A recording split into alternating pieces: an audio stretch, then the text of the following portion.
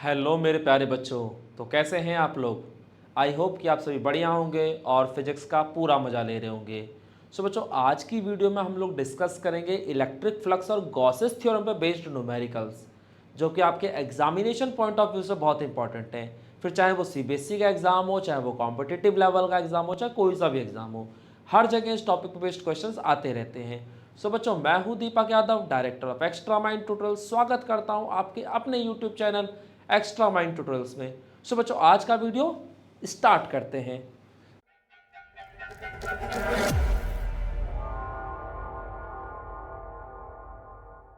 सो बच्चों, अगर हम आज की वीडियो की बात करते हैं तो आज बेसिकली हमें इलेक्ट्रिक फ्लक्स और गॉसेस थ्योरम पे बेस्ड न्यूमेरिकल्स करने हैं। तो इलेक्ट्रिक फ्लक्स को लेकर मैंने आपको फॉर्मूला बताया था, और इलेक्ट्रिक फ्लक्स का जो बेसिक सा फॉर्मूला था वो था phi is equal to E A cos theta. ठीक है, तो ये फॉर्मूला आप लोग को याद होगा।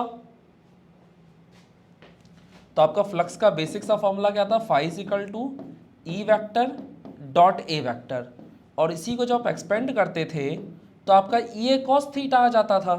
तो एक तो फ्लक्स निकालने का ये तरीका था, दूसरा फ्लक्स निकालने के लिए आपके पास गॉसेस थ्योरम था। और गॉसेस थ्योरम क्या कहता था कि किसी भी बॉडी के थ्रू जो फ्लक्स होगा वो उस बॉडी के अंदर जो चार्ज एनक्लोज्ड है उसके 1/ε0 टाइम्स के बराबर होगा। यानी कि अगर किसी भी बॉडी के थ्रू आपको फ्लक्स निकालना है तो बस आप ये देख लीजिए कि उस बॉडी के अंदर चार्ज कितना है। तो बॉडी के अंदर जितना भी चार्ज होगा उसका 1/ε0 टाइम्स ही आपका इलेक्ट्रिक फ्लक्स होगा। तो ये बेसिकली दो फॉर्मूले हैं जो हमारी आज की वीडियोस में यूज़ होने वाले हैं। तो बच्चों, ये दोनों फॉर्मूले आप याद कर लो, कंसेप्ट्स आपको पता होंगे। अगर नहीं पता तो आप पिछली वीडियो जाकर देख सकते हैं, वहाँ से चीज़ों को समझे एंड देन उसके बाद क्वेश्चंस को ट्राई करें। नहीं भी देखेंगे तो भी आपको चीज़ें समझ में आएंगी, ऐसा दिक्कत नहीं आनी चाहिए। ठीक है। सो बच्चों, देखते हैं अपना क्वेश्चन। पहला क्वेश्चन क्या है हमारा यहाँ पे।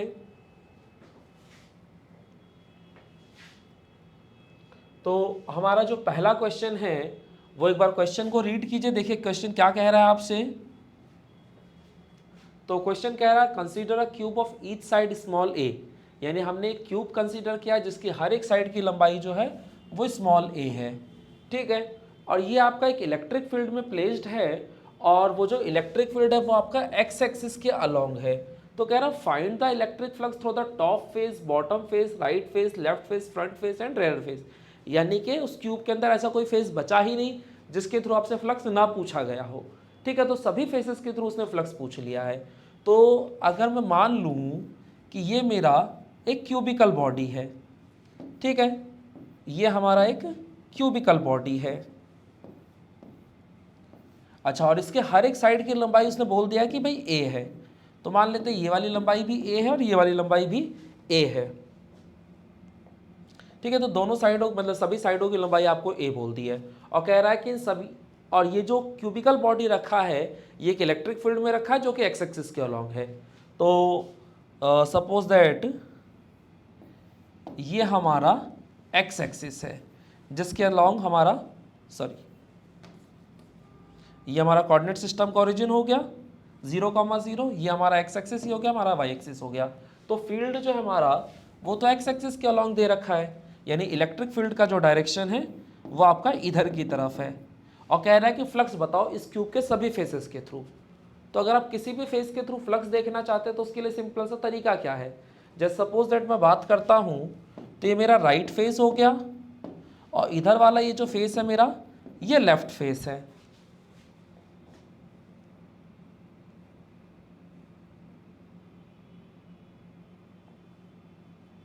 तो अगर मैं बात करता हूँ राइट फेस का, और पहले मैं राइट फेस के थ्रू फ्लक्स देखना चाहता हूँ कि क्या होगा, तो मैंने आपको बताया था कि भाई हमारा जो एरिया वेक्टर होता है उसका डायरेक्शन हमेशा ही परपेंडिकुलर टू द सरफेस होता है। और अगर कोई टू डायमेंशनल बॉडी है तो उसके केस में एरिया वेक्टर का डायरेक्शन हमेशा फील्ड लाइंस के अलोंग होगा, यानी जिधर आपकी फील्ड लाइंस जाएंगी एरिया वेक्टर हमेशा आपका उधर की तरफ ही होगा। सपोज दैट आपकी फील्ड लाइंस अगर ऐसे जा रही हैं तो एरिया वेक्टर इधर की तरफ, अगर फील्ड लाइंस इधर की तरफ जा रही होती तो एरिया वेक्टर इधर की तरफ। और अगर कोई थ्री डायमेंशनल फिगर है तो उसमें तो टेंशन ही नहीं है, एरिया वेक्टर हमेशा परपेंडिकुलर टू द सरफेस और बाहर की तरफ। ठीक है, तो फिलहाल अगर मैं राइट फेस के थ्रू देखना चाहता हूँ कि फ्लक्स कितना होगा, तो देखो आपको पहले ही बता दिया है कि इलेक्ट्रिक फील्ड इधर की तरफ है, यानी पॉजिटिव एक्स एक्सिस के अलोंग है, और एरिया वेक्टर जो है वो परपेंडिकुलर टू द सरफेस और बाहर की तरफ होगा, तो ये आपका ए वेक्टर हो गया। तो दोनों ही वेक्टर्स के अगर डायरेक्शन सेम है, इसका मतलब दोनों फेसेस, दोनों वेक्टर्स के बीच एंगल कितना हो गया, 0 डिग्री। तो फ्लक्स हमारा कितना आ जाएगा, तो ये आ जाएगा ई ए कॉस 0 डिग्री, और ये हम जो फ्लक्स देख रहे हैं राइट फेस के लिए देख रहे हैं, ठीक है। तो कॉस 0 डिग्री का वैल्यू +1 होता है, तो हमारा फ्लक्स आ जाएगा ई ए।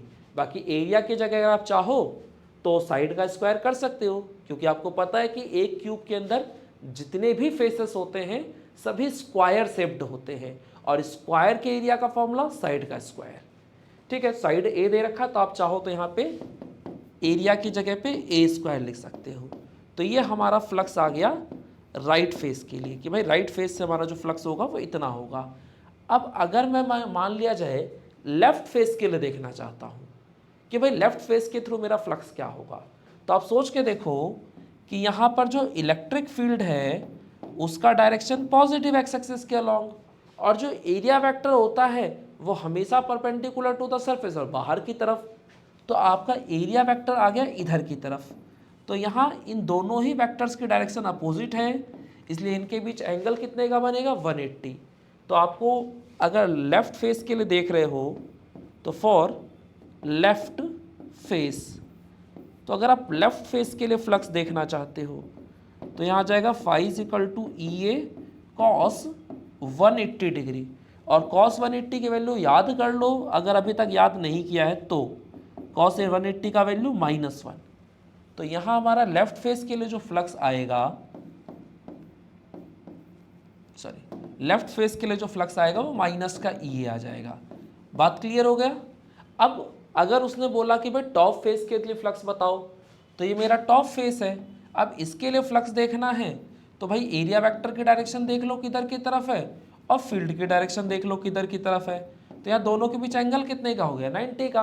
भाई फील्ड आपको बोल रखा है कि पॉजिटिव एक्स एक्सिस के अलोंग है, और एरिया वेक्टर आपको पता है परपेंडिकुलर टू द सरफेस और बाहर की तरफ, तो ये हो गया। तो दोनों के बीच एंगल 90 और cos 90 का वैल्यू 0, सो फ्लक्स इज 0। ये तो होगी कहानी टॉप की। अगर आप बॉटम वाले फेस को भी देखोगे तो यहाँ भी तो सेम सिचुएशन ही क्रिएट हो रही है। भाई अब देखो आपका इलेक्ट्रिक फील्ड जो है वो पॉजिटिव एक्स एक्सिस के अलोंग हो गया, और area vector perpendicular to the surface और बाहर की तरफ, तो यहाँ एंगल कितना हुआ 90, और cos 90 का वैल्यू 0, सो फ्लक्स इज 0। तो टॉप वाले के लिए भी 0 हो गया, बॉटम वाले के लिए भी 0 हो गया। अब सोचो ये जो फ्रंट वाला फेस होगा इसमें क्या कहानी होगी, तो भाई अगर ये फ्रंट फेस है तो इसका एरिया वेक्टर ये रहा, और इलेक्ट्रिक फील्ड आपका पॉजिटिव एक्स एक्सिस के अलोंग है, तो दोनों के बीच एंगल यहाँ भी 90 बन रहा है, तो यहाँ भी फ्लक्स 0 हो गया। अगर आप रेयरर वाले फेस की यानी पीछे वाले फेस की बात करोगे तो उसमें भी तो सेम ही कहानी होगा। भाई आपका एरिया वेक्टर ये पीछे की तरफ हो गया, और फील्ड लाइंस आपकी पॉजिटिव एक्स एक्सिस के अलोंग जा रही हैं, तो दोनों के बीच एंगल फिर से 90, सो फ्लक्स इज 0। यानी आपका चाहे टॉप फेस हो, for top face comma bottom face, ठीक है, बॉटम फेस देख लो, टॉप फेस देख लो, फ्रंट फेस देख लो, और चाहे आप रेयरर फेस देख लो, सभी फेसेस के लिए आपका जो ई वेक्टर है वो ए वेक्टर के परपेंडिकुलर है, इसलिए आपका थीटा 90 डिग्री आ गया, और cos 90 का वैल्यू 0 होता है, इसलिए आपका जो इलेक्ट्रिक फ्लक्स आएगा वो यहाँ पे 0 आएगा। सो बच्चों आपको बात समझ में आ रही है। तो यहाँ पे आपने लेफ्ट और राइट फेस के लिए देखा, तो इन दोनों के लिए तो फ्लक्स निकला है, लेकिन बाकी जितने भी फेसेस हैं उनके लिए कोई भी फ्लक्स नहीं है, ठीक है। अब अगर यहाँ पर उसने बोल दिया होता कि पूरी क्यूबिकल बॉडी के लिए फ्लक्स बताओ, तो आपको पता होना चाहिए कि आपका फ्लक्स एक स्केलर क्वांटिटी है, और स्केलर क्वांटिटी के केस में सिंपल एडिशन होता है। तो सिंपल एडिशन का मतलब सभी फेसेस के थ्रू जो आपका फ्लक्स आया उसको सिंपल जोड़ दो। तो अगर सबको जोड़ोगे तो बाकी सारे तो 0 हैं, तो जो भी फ्लक्स और लेफ्ट और राइट की वजह से है, तो लेफ्ट वाले का फ्लक्स देख रहे हो माइनस का ई आ रहा है, और राइट वाले का फेस प्लस का ई है, तो दोनों को जोड़ोगे तो क्या आएगा 0। यानी इस क्यूबिकल बॉडी के थ्रू जो टोटल इलेक्ट्रिक फ्लक्स होगा वो आपका 0 होगा।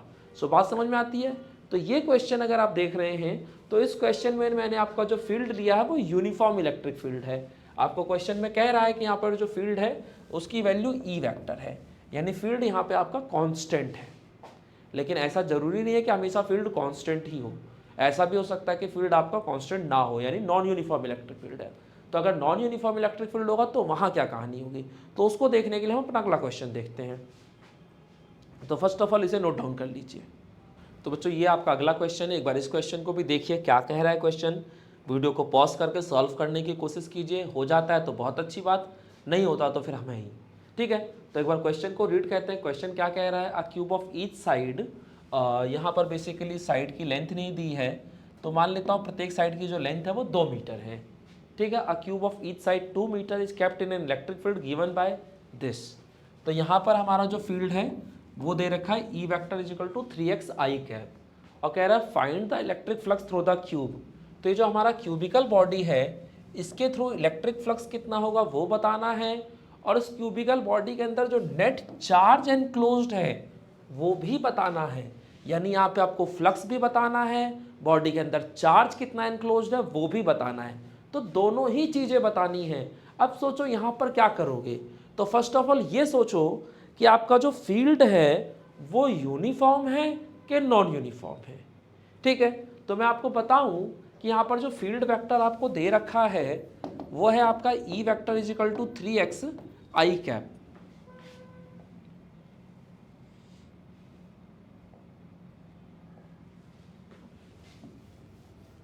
तो यहाँ पे आपको जो फील्ड वेक्टर दे रखा है वो है 3x आई कैप। तो आपको पता है जैसे जैसे x का वैल्यू चेंज होगा वैसे वैसे फील्ड चेंज होगा, यानी यहाँ पर जो फील्ड है आपका वो नॉन यूनिफॉर्म इलेक्ट्रिक फील्ड है। भाई सीधी सी बात है, अगर आप x एक्सिस के लॉन्ग आगे की तरफ बढ़ेंगे तो x का वैल्यू लगातार बदलेगा, और x बदलेगा तो फील्ड बदलेगा, यानी यहाँ पर जो फील्ड है आपका वो नॉन यूनिफॉर्म है, ठीक है। बाकी आप आई कैप अगर देख रहे हैं तो आई कैप को देखकर आपको समझ में आ गया हो कि आपका फील्ड जो है वो पॉजिटिव एक्स एक्सिस के लॉन्ग है, क्योंकि पॉजिटिव एक्स एक्सिस को रिप्रेजेंट करने के लिए हम लोग आई कैप यूज़ किया करते थे, ठीक है। तो पहले मैं फिगर बना देता हूँ। फिगर जो है आपका कुछ इस तरीके का है। यहाँ पर बेसिकली ये आपका कोऑर्डिनेट सिस्टम है, इसमें ये आपका एक्स एक्सिस हो गया, ये आपका वाई एक्सिस और ये जेड एक्सिस, और इसमें हमारा जो क्यूबिकल बॉडी रखा है वो मान लेते हैं कि यहाँ पे रखा हुआ है,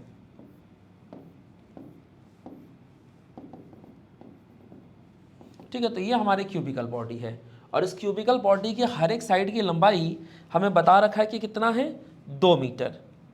तो अगर मान लूँ कि ये जो मेरा लंबाई है ये 2 मीटर है, और ये क्यूबिकल बॉडी एक्स एक्सिस के अलॉन्ग रखा था, और यहाँ पर एक्स कोऑर्डिनेट की वैल्यू है मान ले 1 मीटर, और यहाँ पर जो आपका एक्स कोऑर्डिनेट है इसकी वैल्यू है 3 मीटर, ठीक है। और ये कोऑर्डिनेट सिस्टम का ओरिजिन हो गया 0,0,0। अब ये क्वेश्चन कंप्लीट हुआ है। अब इस क्वेश्चन को आप सॉल्व करने की कोशिश कीजिए, देखिए कैसे होगा, ठीक है।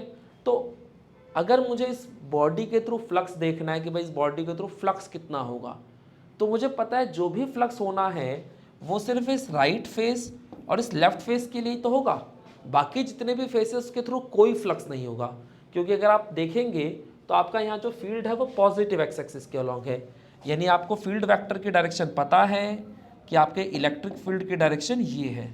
तो सोचो फील्ड अगर इधर की तरफ है और आप टॉप फेस के लिए देखोगे तो एरिया वेक्टर ऊपर हो जाएगा, फील्ड इधर हो जाएगा, तो एंगल 90 डिग्री, और 90 एंगल होने का मतलब फ्लक्स आपका 0 हो गया। बॉटम वाले फेस के लिए देखोगे यहाँ भी सेम कहानी बनेगी, यहाँ भी आपका एरिया वेक्टर नीचे की तरफ आ जाएगा, और जो फील्ड वेक्टर है वो पॉजिटिव एक्स एक्सिस के अलॉन्ग, तो यहाँ भी एंगल 90 डिग्री, यहाँ भी फ्लक्स 0। सेम यही कहानी फ्रंट वाले फेस के लिए भी होगी, और यही कहानी रेयर वाले फेस के लिए भी होगी, तो यानी उन दोनों के लिए भी फ्लक्स 0 ही होगा। तो जो भी यहाँ फ्लक्स आने वाला है वो सिर्फ और सिर्फ राइट और लेफ्ट फेस के थ्रू आने वाला है। तो आप सोचिए कि राइट फेस और लेफ्ट फेस के थ्रू फ्लक्स कितना होगा। तो पहले अगर मैं बात कर दूँ लेफ्ट फेस की, तो फॉर लेफ्ट फेस, तो अगर आप लेफ्ट फेस के लिए सोचेंगे तो लेफ्ट फेस के लिए x की वैल्यू कितनी है, तो 1। तो मैं कह सकता हूँ ना कि for left face x is equal to 1 metre. तो अगर x की वैल्यू 1 आ गई तो आपका यहाँ पे इलेक्ट्रिक फील्ड का वैल्यू कितना हो जाएगा, तो 3 × 1 और आई कैप, तो ओवरऑल 3 आई कैप। तो ये हमारा फील्ड वेक्टर आ गया लेफ्ट फेस के लिए। और अगर मैं एरिया की बात कर दूं तो यहाँ पे एरिया कितना होगा, तो आपको पता है कि अगर इस क्यूबिकल बॉडी की हर एक साइड की लंबाई 2 मीटर है तो इसके हर एक फेस का एरिया कितना होगा, तो 2 का स्क्वायर। ठीक है, तो 2 का स्क्वायर हो गया 4। अच्छा, ये तो एरिया का मैग्नीट्यूड हुआ ना। अगर आप डायरेक्शन की बात करोगे तो देखो लेफ्ट फेस के लिए एरिया वेक्टर अगर आप ड्रॉ करोगे तो इधर की तरफ आएगा, क्योंकि मैंने बताया था कि एरिया वेक्टर हमेशा ही परपेंडिकुलर टू द सरफेस और बाहर की तरफ। तो यानी कि ये आ गया नेगेटिव एक्स एक्सिस के अलोंग। तो सोचो अगर पॉजिटिव एक्स एक्सिस के अलोंग आई कैप है तो नेगेटिव एक्स एक्सिस को रिप्रेजेंट करने के लिए माइनस का आई कैप, तो यहाँ पे माइनस का आई कैप आ जाएगा। तो ये आपका एरिया वेक्टर आ गया माइनस का 4 आई कैप। तो अभी आपके पास ई वेक्टर भी और ए वेक्टर भी है, तो आप चाहो तो फ्लक्स निकाल सकते हो ना इजीली।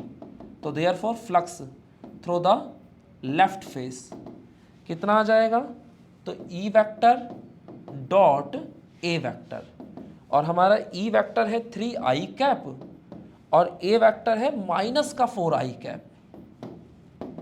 तो आपको पता है 4 3 12, तो माइनस का 12, और आपको ये भी पता होगा कि आई डॉट आई करता हूँ तो 1 आता है। आपको ये चीज़ क्लास 11th में बताई गई होगी कि सिमिलर यूनिट वेक्टर्स का डॉट प्रोडक्ट हमेशा 1 होता है और डिफरेंट वालों का हमेशा 0 होता है, क्योंकि सिमिलर वालों के बीच एंगल हमेशा 0 होगा, डिफरेंट वालों का एंगल 90 होगा। इसलिए कहानी थी आपकी पता। ठीक है, तो अगर आई डॉट आई करोगे तो 1 आ जाएगा, और -4 को 3 से किया तो माइनस का 12, तो ओवरऑल आ गया माइनस का 12। और फ्लक्स की एसआई यूनिट आपको याद होगी न्यूटन मीटर स्क्वायर पर कूलाम। तो ये हमारा लेफ्ट फेस की कहानी हो गई। अब अगर मैं राइट फेस की बात कर दूं तो फॉर राइट फेस, अब सोचो राइट फेस जहां पे है आपका वहां पे x का वैल्यू कितना है, तो 3। तो हम कह सकते हैं ना कि for right face x is equal to 3 metre. तो अगर x का वैल्यू 3 है तो आपका यहाँ फील्ड वेक्टर कितना आ जाएगा, तो ये आ जाएगा 3 इंटू में, सॉरी ये क्या लिख दिया, तो यहाँ पे फील्ड वेक्टर आ जाएगा 3 इंटू में x की जगह पे आपका क्या वैल्यू है 3, तो 3 इंटू 3 और आई कैप, तो ये आ जाएगा 9 आई कैप। तो आपको राइट फेस के लिए ई वेक्टर मिल गया। अब बस ए वेक्टर आपको देखना है। तो आपको पता है कि राइट फेस के लिए अगर आप एरिया वेक्टर देखोगे तो आपका इधर की तरफ आएगा ना भाई, एरिया वेक्टर हमेशा परपेंडिकुलर टू द सरफेस और बाहर की तरफ, तो एरिया वेक्टर ये आ गया, और फील्ड वेक्टर भी इधर ही की तरफ है। तो एरिया वेक्टर अगर इधर की तरफ आ रहा है इसका मतलब पॉजिटिव एक्स एक्सिस के अलोंग। तो यहाँ पे आपका जो ए वेक्टर आएगा उसका मैग्नीट्यूड कितना है, तो इस क्यूबिकल बॉडी की अगर हर एक साइड की लंबाई 2 है तो फेस का एरिया आ जाएगा 2 का स्क्वायर यानी 4, और एरिया वेक्टर का डायरेक्शन पॉजिटिव एक्स एक्सिस के अलोंग। तो पॉजिटिव एक्स एक्सिस को रिप्रेजेंट करने के लिए आई कैप, तो ये हमारा ई वेक्टर और ए वेक्टर आ गया। तो अगर मैं चाहूँ तो यहाँ से फ्लक्स निकाल सकता हूँ ना, तो phi is equal to E vector dot A vector. तो ई वेक्टर की वैल्यू हो गई 9 आई कैप और ए वेक्टर की हो गई 4 आई कैप। तो आपको पता है 9 4 जा 36, तो यहाँ पे सॉरी आपका जो फ्लक्स आ गया राइट फेस के लिए वो आ गया 9 4 जा 36, और आई डॉट आई करोगे तो 1 आ जाएगा। तो ओवरऑल आ गया 36 न्यूटन मीटर स्क्वायर पर कूलाम। ठीक है, तो ये हमने राइट फेस के लिए फ्लक्स निकाल दिया। अब सोचो अगर आपको लेफ्ट फेस वाला फ्लक्स पता है, अगर आपको लेफ्ट फेस वाला फ्लक्स पता है, राइट फेस वाला फ्लक्स पता है, तो दोनों को जोड़ दोगे तो टोटल फ्लक्स आ जाएगा, क्योंकि बाकी फेसेस का तो आपको पता है 0 ही होता है, तो लेफ्ट और राइट का ही देखना था। तो लेफ्ट और राइट जोड़ दोगे तो आपका यहाँ से टोटल फ्लक्स आ जाएगा। तो टोटल फ्लक्स कितना बढ़ेगा, तो +36 और -12, तो आपका +24 न्यूटन मीटर स्क्वायर पर कूलाम। तो अगर आपको टोटल फ्लक्स पता चल चुका है इस क्यूबिकल बॉडी के थ्रू, और आपको पूछे नेट चार्ज कितना होगा, तो आप गॉसेस थ्योरम अप्लाई कर सकते हो ना, और वहाँ से चाहो तो नेट चार्ज निकाल सकते हो। ठीक है, तो फर्स्ट ऑफ ऑल इसको नोट डाउन कर लीजिए, आपका हो जाएगा, देन हम आगे बढ़ेंगे। तो यहाँ पे आपका जो टोटल फ्लक्स निकल के आया था वो कितना था, flux through the left face plus flux through the right face. तो लेफ्ट और राइट वाले को जोड़ोगे तो लेफ्ट वाले का था -12 और राइट वाले का था +36, तो ओवरऑल आ गया प्लस का 24 न्यूटन मीटर स्क्वायर पर कूलाम। तो ये हमारा टोटल फ्लक्स आ गया। फर्स्ट पार्ट हमारा क्लियर हो गया। सेकेंड पार्ट में उसने बोला था कि भाई नेट चार्ज कितना होगा, तो अब आपको चार्ज निकालना है तो भाई गॉसेस थ्योरम अप्लाई करो। गॉसेस थ्योरम क्या कहता था आपसे कि जो हमारा टोटल फ्लक्स होगा वो बॉडी के अंदर जो भी चार्ज एनक्लोज्ड है उसका 1/ε0 टाइम्स होगा। ठीक है, तो आपको अगर टोटल चार्ज देखना है तो इसके लिए आपने क्या करना है, ε0 को इधर भेज देना है, तो Q total phi total into में ε0। अब आपको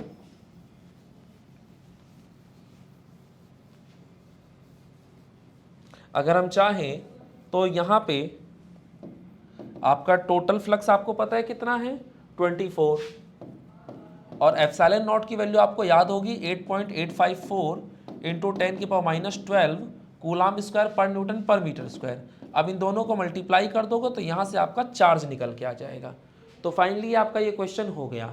तो बच्चों ये क्वेश्चंस आप देख रहे हैं, अच्छे क्वेश्चन से आपके एग्जाम में पूछे हुए हैं, तो इन क्वेश्चंस को एग्जाम में जाने से पहले एक बार प्रिपेयर जरूर कर लीजिए खुद से, वरना पता चला हमने तो करा दिया बट आपने एग्जाम में प्रिपेयर नहीं करके गए और वहाँ क्वेश्चंस आ गए तो आप फंस जाएंगे।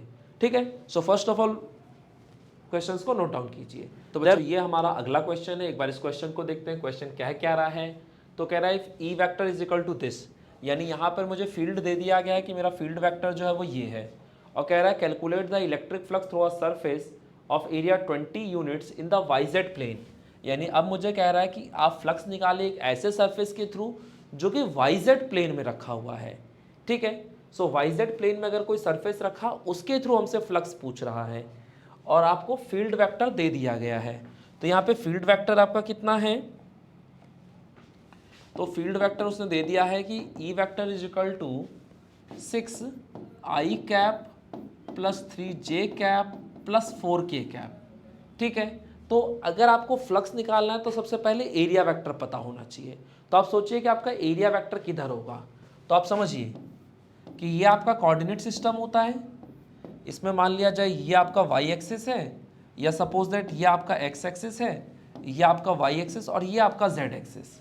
ठीक है, अब यहाँ पर आपसे क्या कहा गया कि जो सरफेस रखा है वो वाई जेड प्लेन में रखा है। तो देखो अगर ये एक्स और वाई को मिलाओगे तो ये एक्स वाई प्लेन हो गया, ये आपका जेड एक्स प्लेन हो गया और ये आपका वाई जेड प्लेन हो गया।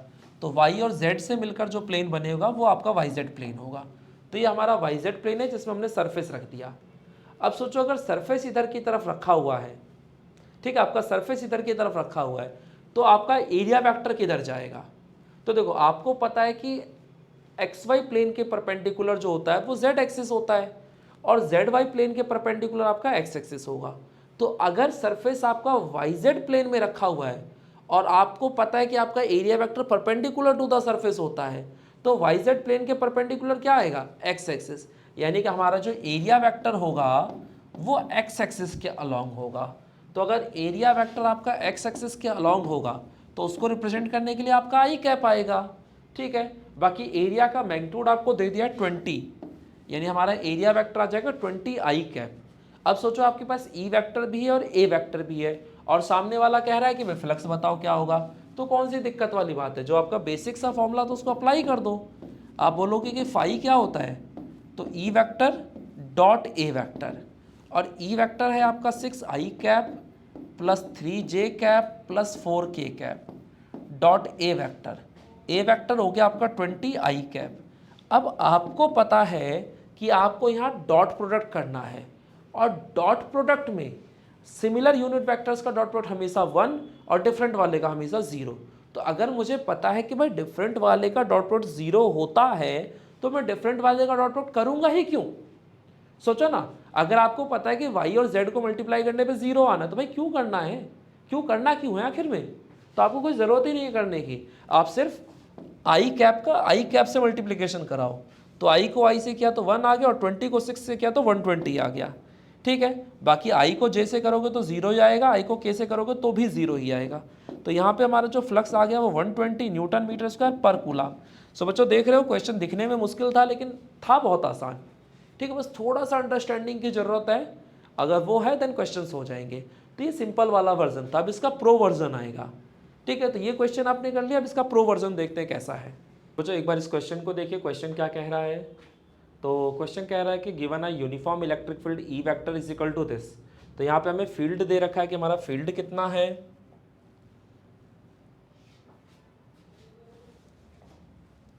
तो आप देखेंगे तो यहाँ पे फील्ड आपको दे रखा है 5 × 10⁻³ आई कैप।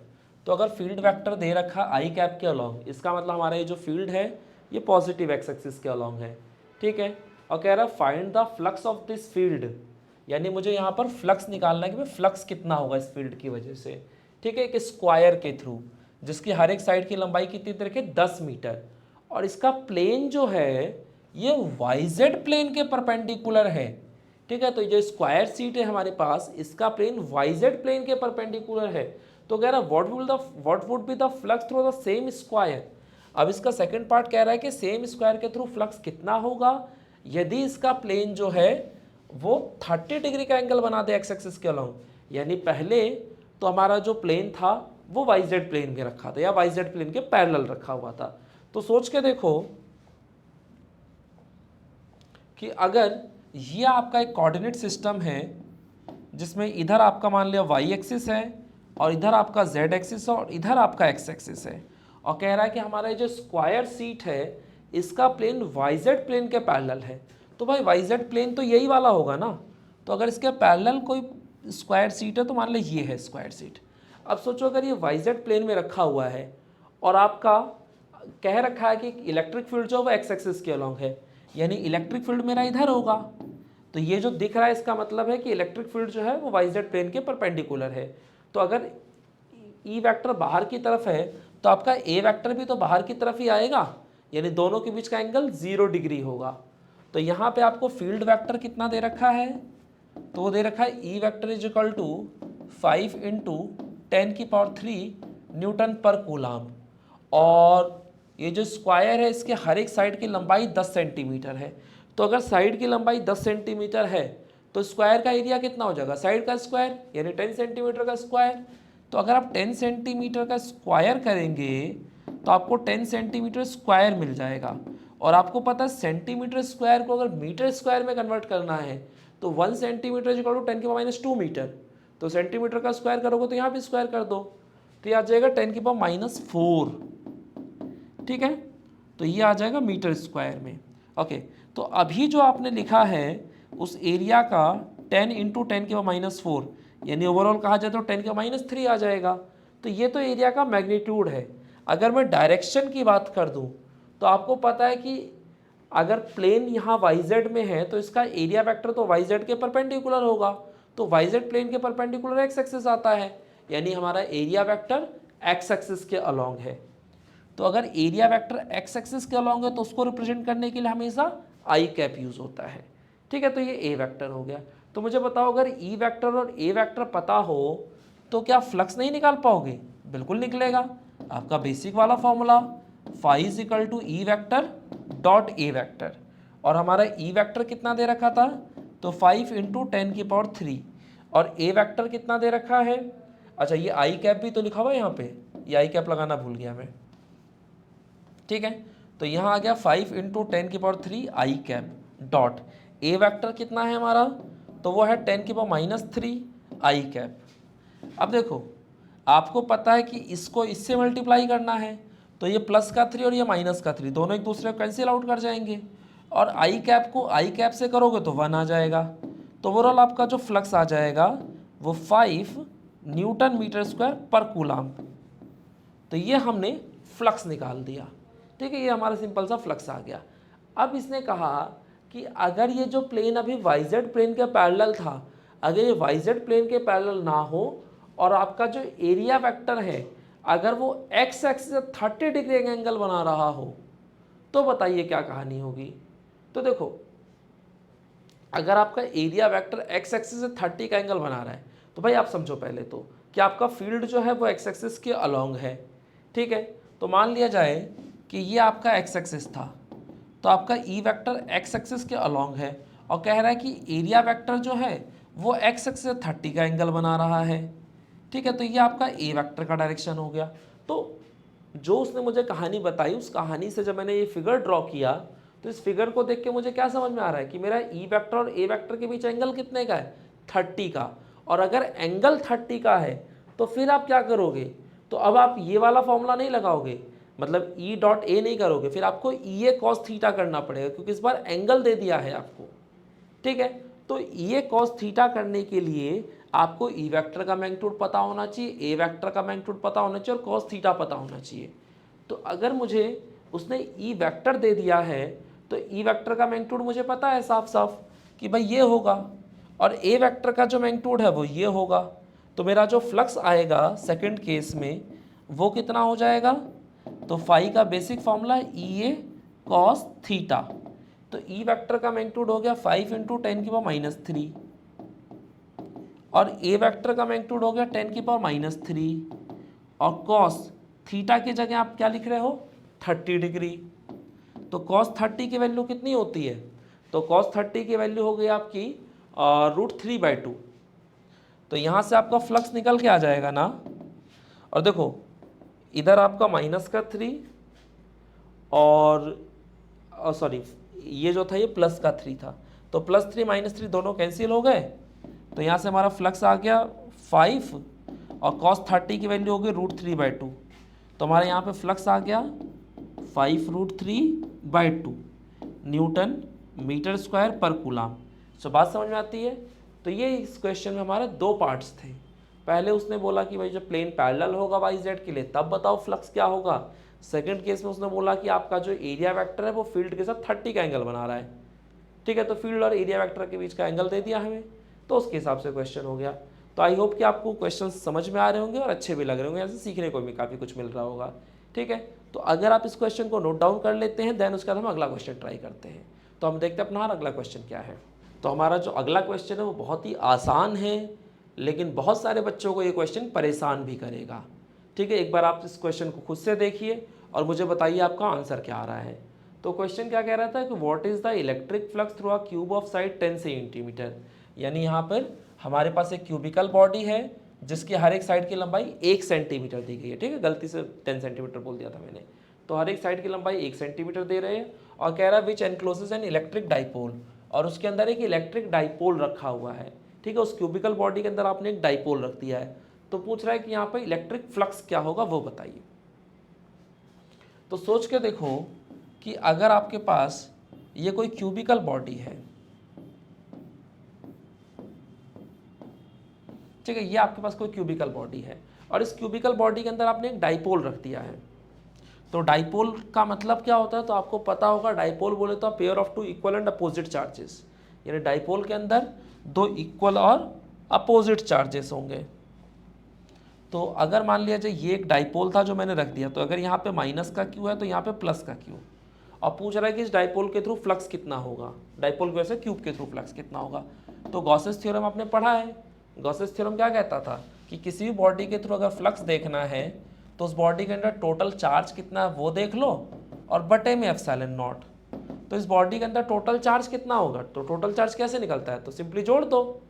तो माइनस क्यू और प्लस क्यू को जोड़ोगे तो 0 आ जाएगा ना, तो 0/ε0 इज 0। तो हमारा जो फ्लक्स आ गया वो 0। तो हमारा आंसर देख रहे हो कितना आसान है, लेकिन इसके लिए कई सारे बच्चे काफ़ी देर से परेशान हो रहे होंगे। ठीक है, तो क्वेश्चंस आसान होते हैं बट कई बार हमारे दिमाग में नहीं आती चीज़ें। ठीक है, तो क्वेश्चन देख लिया कितना आसान सा क्वेश्चन था। अगला क्वेश्चन देखते हैं, उसमें भी आप हो सकता है गलतियाँ करें। तो बच्चों ये हमारा अगला क्वेश्चन, एक बार इस क्वेश्चन को भी ट्राई कीजिए। क्वेश्चन देखो क्या कह रहा है कि how does the electric flux due to a point charge enclosed by a spherical Gaussian surface get affected when its radius is increased. यानी कि अगर आपके पास कोई स्फेरिकल गॉसियन सरफेस है और आप उसके रेडियस को बढ़ा देते हैं, तो रेडियस को बढ़ाने का फ्लक्स पर क्या फ़र्क पड़ेगा। ठीक है, मान लीजिए जैसे आपके पास कोई गॉसियन सरफेस था, स्फेरिकल गॉसियन सरफेस था, और आपने उसकी रेडियस को बड़ा कर दिया, यानी कि सरफेस को बड़ा कर दिया, तो पूछ रहा है कि उसका फ्लक्स पर क्या इफेक्ट होगा। तो मैं आपको बता दूं कि फ्लक्स पर कोई भी इफेक्ट नहीं होगा। क्यों? क्योंकि फ्लक्स जो है वो बॉडी के अंदर जो चार्ज एनक्लोज्ड है उस पर डिपेंड करता है। ठीक है, तो किसी भी बॉडी के थ्रू अगर आप फ्लक्स देख रहे हो तो आपको बस ये देखना चाहिए कि उस बॉडी के अंदर चार्ज कितना एनक्लोज्ड है। क्या स्फेरिकल गॉसियन सरफेस की रेडियस को बढ़ा देने से उसके अंदर जो चार्ज रखा था क्या उस पर कोई इफेक्ट पड़ा? नहीं। तो अगर चार्ज पर कोई इफेक्ट नहीं पड़ा तो फ्लक्स पे कहाँ से इफेक्ट पड़ेगा? यानी फ्लक्स हमारा हमेशा सेम रहेगा। तो कई बार क्वेश्चन ये पूछा गया एग्जाम में, और आप देख सकते हैं ये दिल्ली 2016 का क्वेश्चन है, सीबीएसई दिल्ली 2016 का क्वेश्चन। तो यहाँ पे आप क्या कह सकते हो, फ्लक्स रिमेन सेम, फ्लक्स आपका सेम रहेगा। क्यों? क्योंकि फ्लक्स जो है वो गॉसियन सरफेस के शेप और साइज पर डिपेंड ही नहीं करता, वो डिपेंड करता है उस सरफेस के अंदर जो चार्ज एनक्लोज्ड है, और सरफेस के साइज को बड़ा या छोटा करने से उसके अंदर के रखे चार्ज पर कोई फर्क नहीं पड़ रहा। तो इसका मतलब फ्लक्स पर कोई फर्क नहीं पड़ रहा। सो बात समझ में आती है? तो बहुत छोटा सा बच्चों वाला क्वेश्चन था, लेकिन बच्चों से कई बार ये क्वेश्चन होता नहीं है, इसीलिए हमने बच्चों से ये क्वेश्चन पूछा है। ठीक है, चलिए अब देखते हैं अगला क्वेश्चन कि हमारा अगला क्वेश्चन क्या कह रहा है। तो हमारा अगला क्वेश्चन कहता है कि what is the electric flux through the surface. तो ये आपके सामने एक सरफेस है और बोल रहा है कि सरफेस के थ्रू फ्लक्स बताओ कितना है।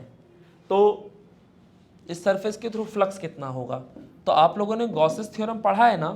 गॉसेस थ्योरम क्या कहता था कि किसी भी बॉडी के थ्रू जो फ्लक्स होगा वो बॉडी के अंदर जो चार्ज एनक्लोज्ड है उसके 1/ε0 टाइम्स के बराबर होगा। तो बॉडी के अंदर तो सिर्फ ये वाला और ये वाला चार्ज है, ये वाला चार्ज तो बॉडी के बाहर है ना, तो इसकी वजह से कोई फ्लक्स नहीं होगा। तो जो भी फ्लक्स होगा वो इन दोनों की वजह से होगा। तो टोटल चार्ज कितना हो गया? तो 2q + q बटे में ε0। यहाँ पर ये जो चार्ज है ये माइनस का हैगा, ठीक है ना। तो यहाँ पर कितना आ जाएगा? तो 2q - q बटे में ε0। तो 2q - q करोगे तो q आ जाएगा। तो हमारा जो फ्लक्स है वो ये आ गया। तो ये जो क्वेश्चन दिया गया वो सिर्फ इसलिए दिया गया है जिससे कि आपको ये समझ में आ सके कि जब आपको फ्लक्स देखना है तो आपको बॉडी के अंदर का चार्ज देखना है। बॉडी के अंदर, बाहर अगर कोई चार्ज रखा है तो उसका ऐसा कोई इंपॉर्टेंस नहीं है, ठीक है। फ्लक्स जो भी होता है बॉडी के अंदर के चार्ज की वजह से होता है। सो बात समझ में आ रही है? तो ये छोटे छोटे क्वेश्चन ये हैं सिर्फ इसलिए कि आपके जो कंसेप्ट है उसकी क्लियरिटी और ज़्यादा बढ़ सके, आपकी एचडी पिक्चर आनी चाहिए, क्योंकि अब एचडी का ज़माना है, इवन एचडी का भी नहीं, अब तो 4K का ज़माना है, ठीक है।